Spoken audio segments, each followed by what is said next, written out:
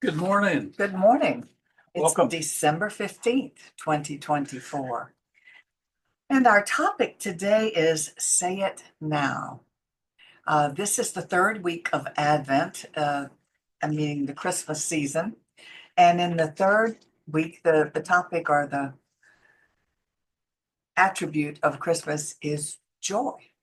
So I think this is particularly a nice time to talk about uh, this idea that was shared with us, and it was started by it's called "Say It Now." Say it now. It was started by a man by the name of Walter Green, who was a CEO in San Diego, one of the nicest places to live in the world.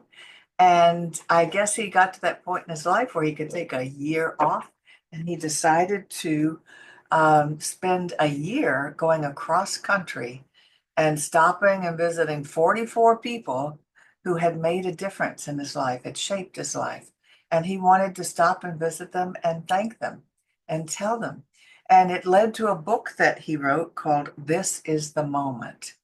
And the idea was that he also had a friend around this time who asked him if he would please do a celebration of life when he passed away. And he said, no. What I'll do is that for your next birthday, I'll lead it in having everyone tell you uh, how much you mean to them. And he said it was so beautiful and so wonderful and gave people the opportunity to not regret that they had never told him how much he meant to them while he was alive. And, we so often do that. So he wrote a book called This Is the Moment. And I was thinking about this Christmas time and how we spend so much time thinking about shopping for, wrapping, mailing, or taking Christmas gifts to our loved ones. We sit there, if we get to be with them, and watch them open them. And usually they're confused. Why did she get me this? Another pair of socks. Oh, wow. Yeah. But nothing is ever exchanged about how much they mean to you, and that's why you went to all the effort to get that gift. And it always sort of it's always for me a little bit distressing. Anticlimactic is a better word. Anticlimactic that you go to all this, the tree is decorated, there's a big meal planned for the family, and then people tear open their gifts and people wonder why you got me this. And then it's over, and it just seems strange. And because I know the intention is I'm getting you a gift because I love you and I care about you and I want to please you. I hope you're happy with my gift. But we never say those things. And we never say how much you mean to me and why I'm doing this. Although the gift giving time, this time of year is a very old tradition. In fact, it was sort of based on Roman holiday called Saturnalia, where they I think worshiped god Saturn.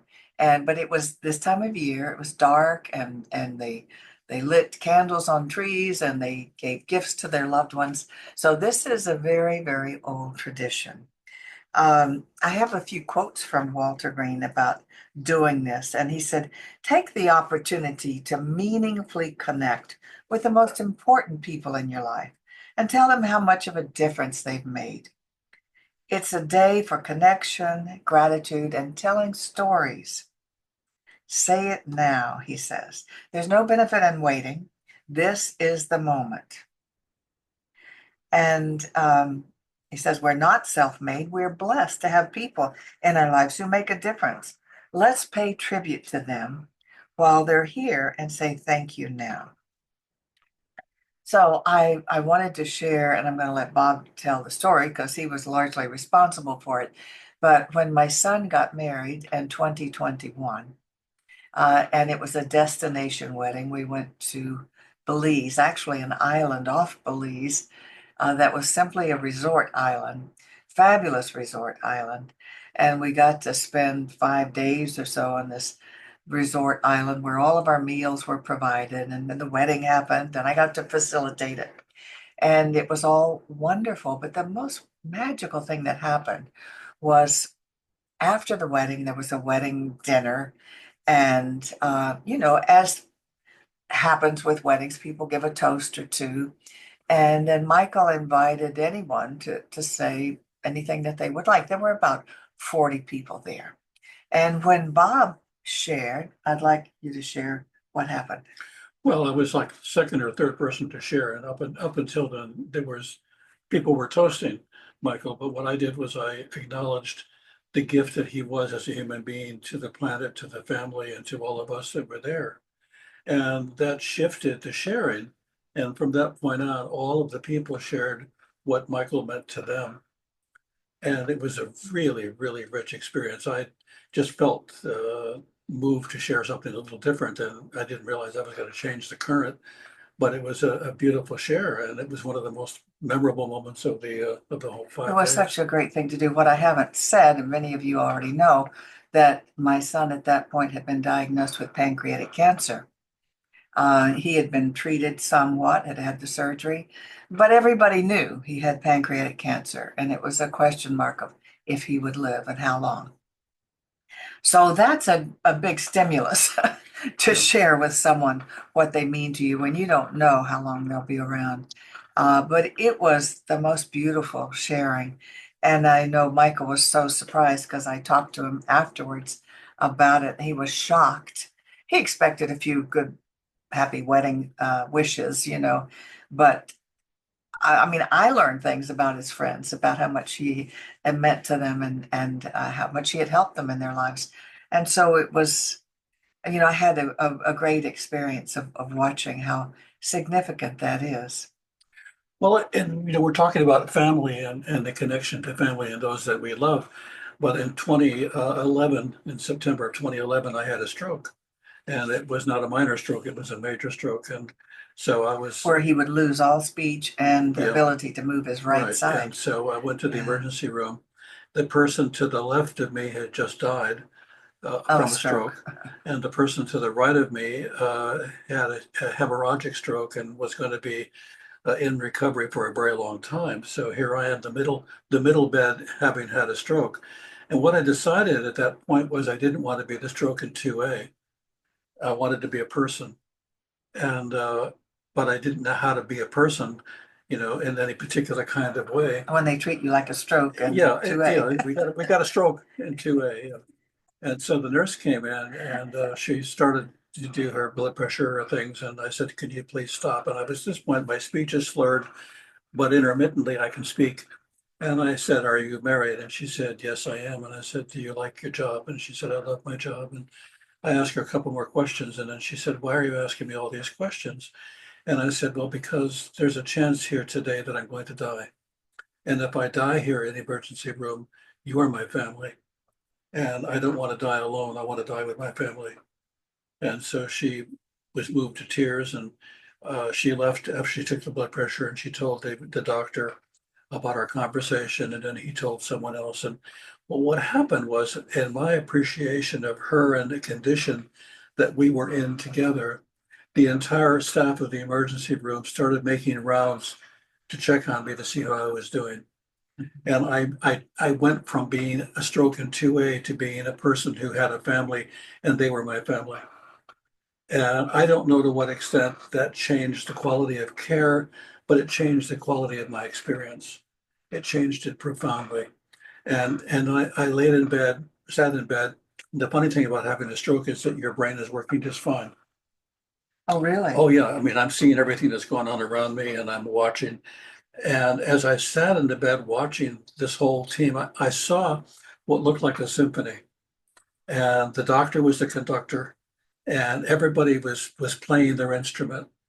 And although there were patients crying and complaining, and there was lots of action, lots of activity, over all of that, there was this kind of orchestra of caring, and I could see it.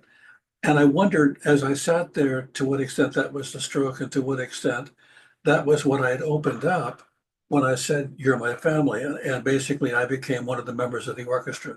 Hmm. And that was a profound experience. So, but I think when we open ourselves to recognizing another person, really recognizing it from a heart place, we open our own heart to our own experiences as well. Mm. We open ourselves to who we are. You know, for the longest time I've meditated, and I'm sure many of you meditate, and my meditation has been, you know, Father, Mother, God, Holy Spirit, divine intelligence. That happens to be one of my favorites, that I will often start with, you know. And what's always been true is that my calling to divine intelligence to connect with me has felt more like going to a supervisor, and somebody who is in charge, and, you know, talking to them. And but in the last month, what's happened is that I feel a kind of warmth. And how that happened was really interesting to me. I started introducing myself. Hi, this is Bob, and I'm connecting with Holy Spirit, divine intelligence, whatever it is you would choose to be called. And I did it very slowly. I pronounced each word very slowly. And what happened was it literally opened my heart, and I literally felt the warmth. In fact, I had to open my eyes at one point because I swore I was being hugged. It felt like it was somebody, and I just looked to see if it had been you that had come in the room, you know, because it felt that personal.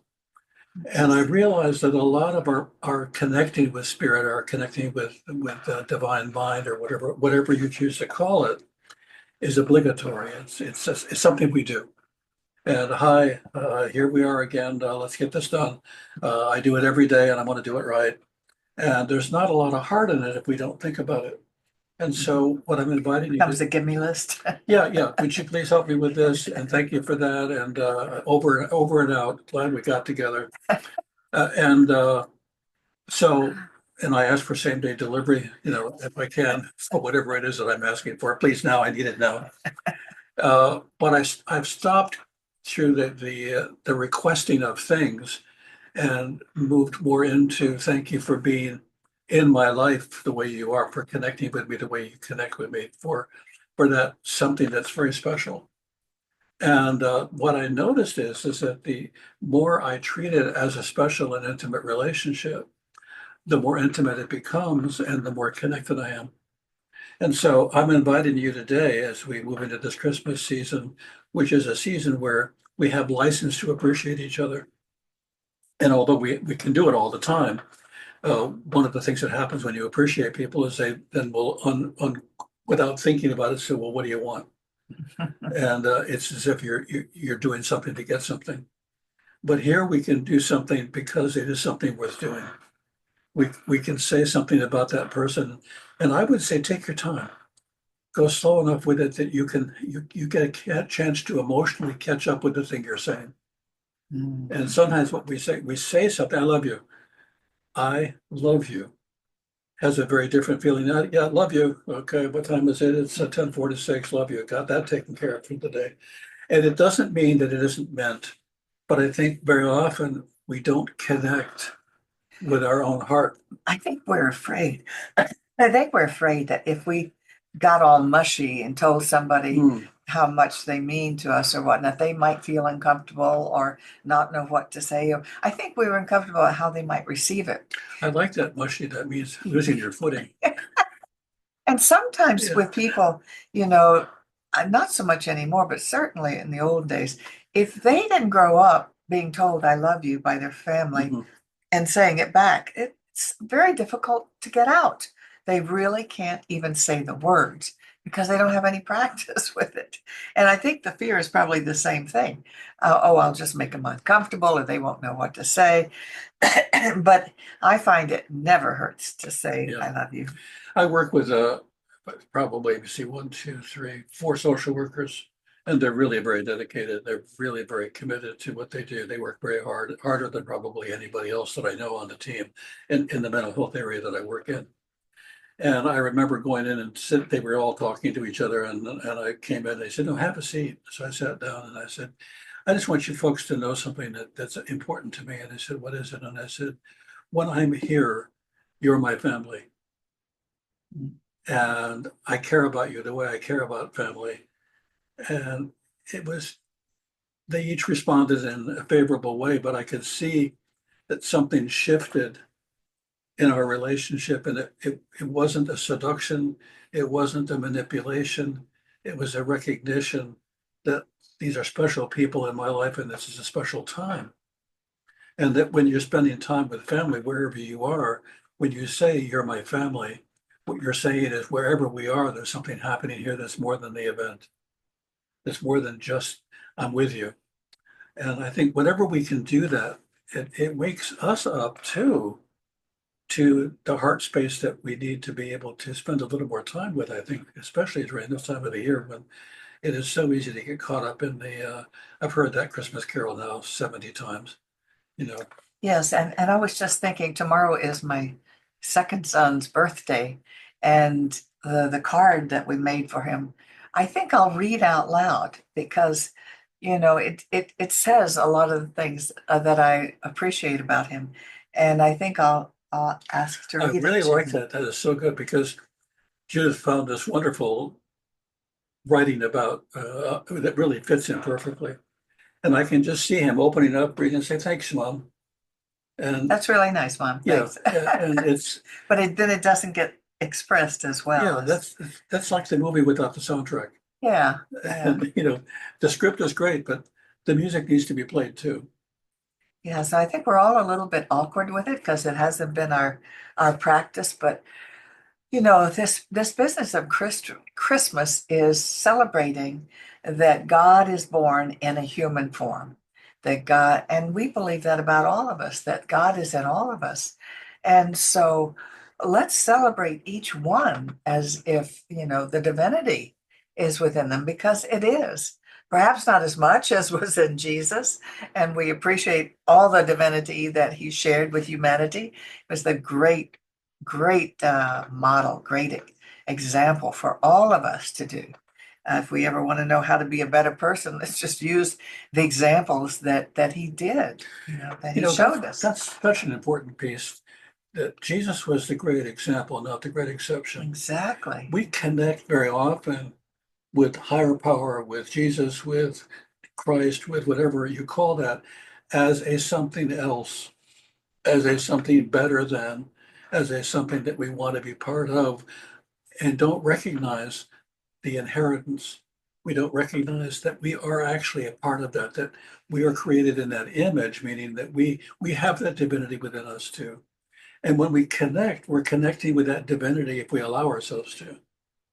Right. And for examples with his behavior, when he didn't judge somebody that everybody else was judging, like condemning the woman and throwing stones at her to kill her for adultery.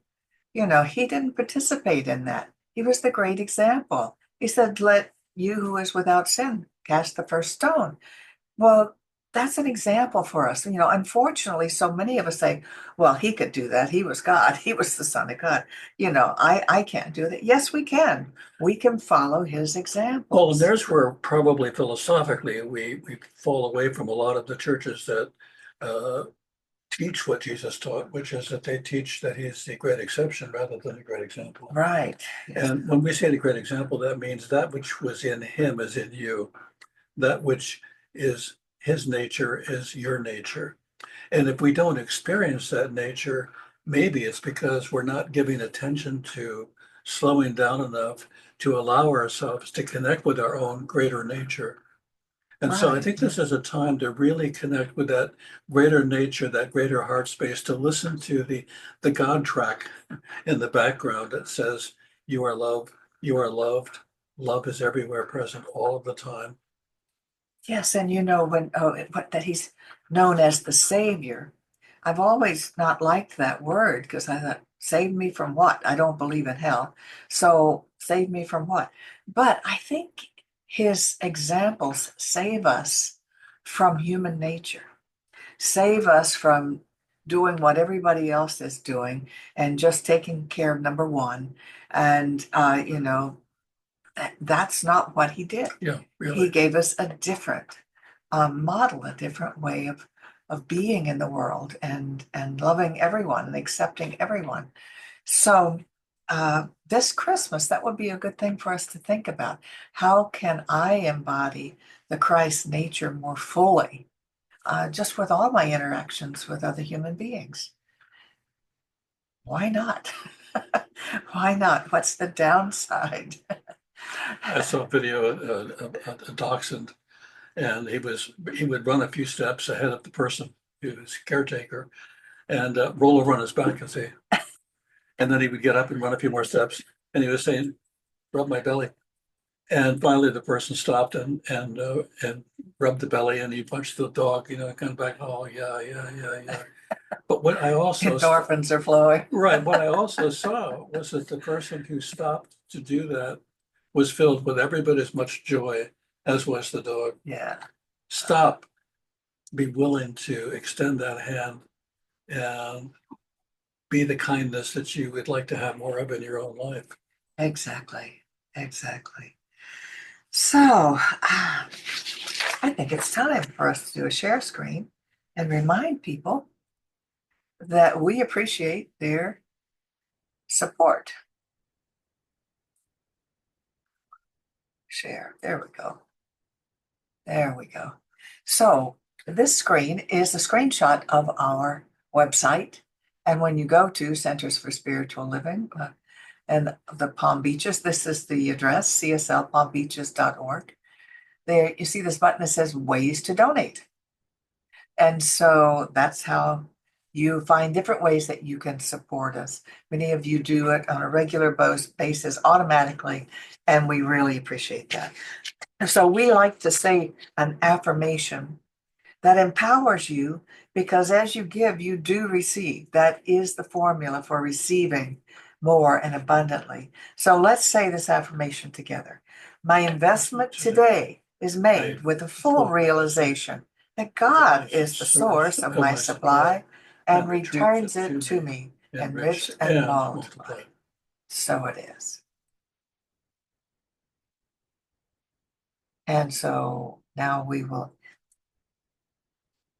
end recording.